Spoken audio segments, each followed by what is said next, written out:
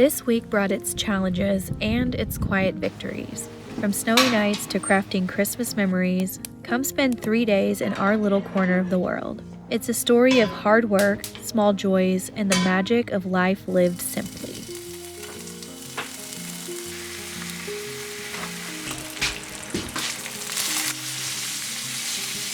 Today started the way all good days should, with breakfast. Eggs from our chickens, bacon from the pigs we raised, and the kind of quiet satisfaction that only comes when your meal is the product of your own hands. But soon the work began.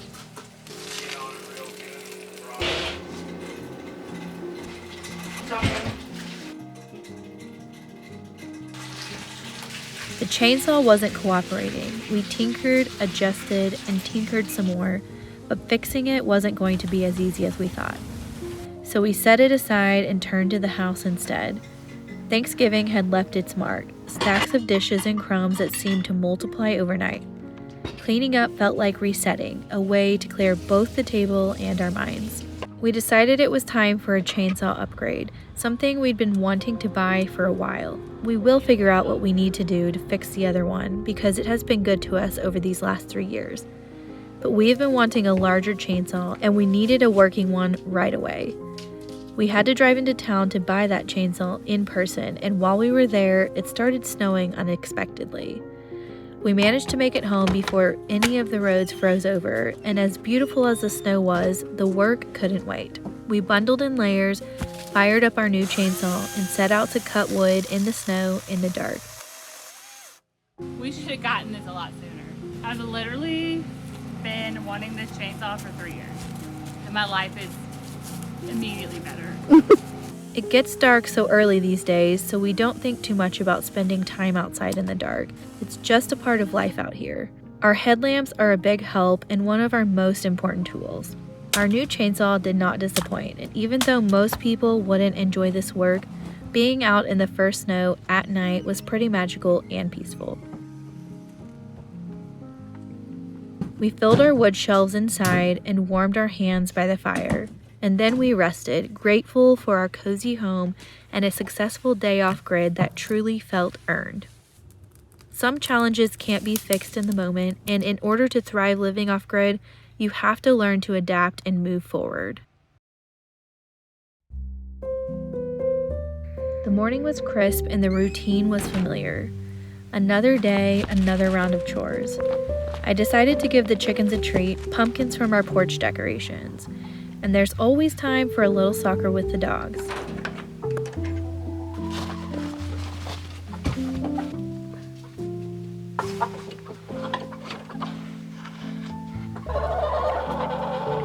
I opened the cat house and found them all cozy and sleepy in their beds.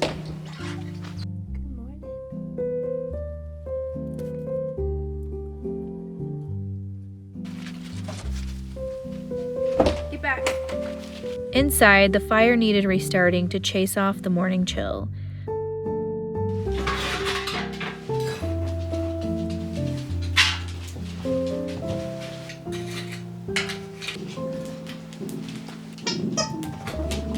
Breakfast was potato pancakes made from leftover Thanksgiving mashed potatoes. Casey grinded coffee beans with her trusty manual grinder and brewed some coffee in her mocha pot.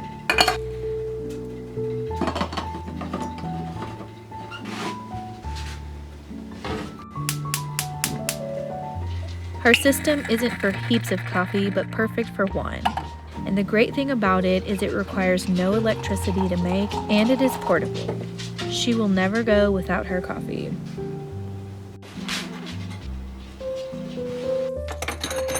Today I'm working on a project we've been wanting to do for a couple years that suddenly found itself at the top of our to-do list. It's funny when you've been thinking about doing something for so long, but money or time hinders you, and then when everything finally aligns, you feel like you should have done it sooner. That's how I feel about this under-sink water filtration system. After years of lugging water back and forth from the sink to the pantry to fill our Berkey filter, we finally found the time and money to make a change. Having instant filtered water at the sink feels like a small luxury. And even though I wonder why we didn't do it sooner, I do know that this is just the timing that worked. We wrapped up the evening watercoloring, a new hobby we've been enjoying lately.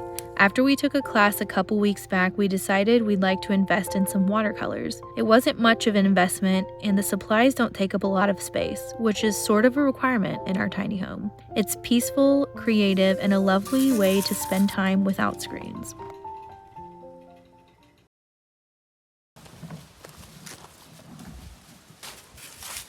The morning began with the usual chores, but the day held bigger plans.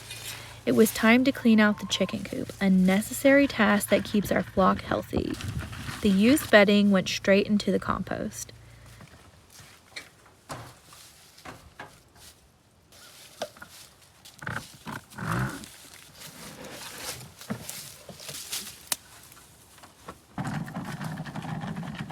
Before adding new bedding, the coop was coated in lime to repel insects and reduce moisture and odor. One of those fancy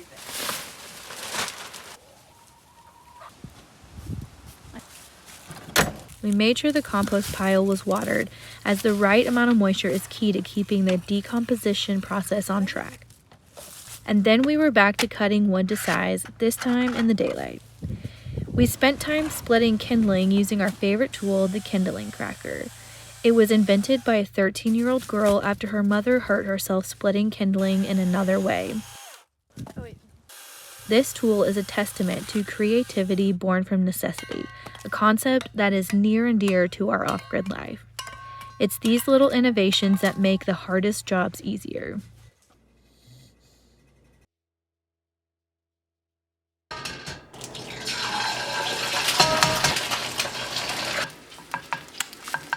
Lunch was quick, sausage balls pulled from our freezer, and eggs. Having a stash of homemade ready-to-eat meals has been very important for us on busy days like this. As the daylight faded, we turned to the porch where fall decorations made way for Christmas cheer.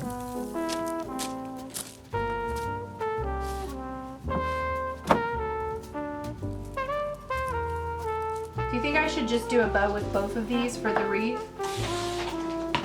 Does that look red and black to you?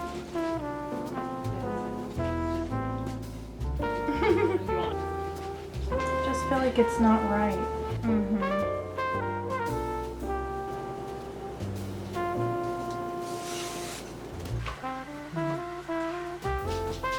We spent some time figuring out what kind of bow we wanted to go on the wreath, and then attached it. We also made some little bows to go on the Christmas tree. Now all that's left to do on our tree is to make or find the perfect tree topper. This year my grandma sewed all of her grandchildren Christmas tree skirts. We all got to pick out our own themes, and I decided I wanted an olive green gingham one with a ruffle. It is reversible, and I think it is so adorable. It's something I will cherish every year.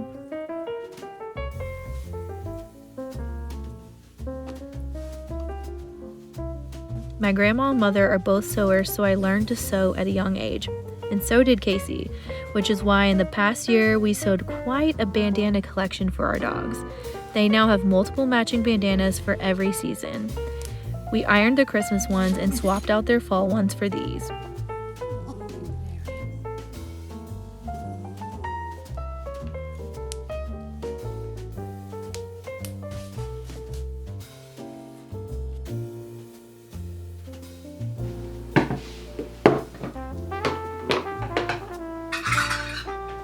This is a recipe I'm working on developing. We've started documenting recipes we make a lot to share on our blog, and we want the focus to be using things you grow and raise on your homestead or farm or even in your backyard.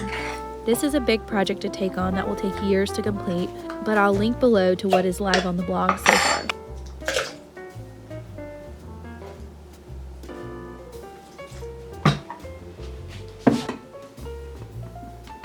Living off-grid isn't what most people consider a traditional life, but we do have our little traditions within our lives that remind us where we've come from and inspire where we are headed.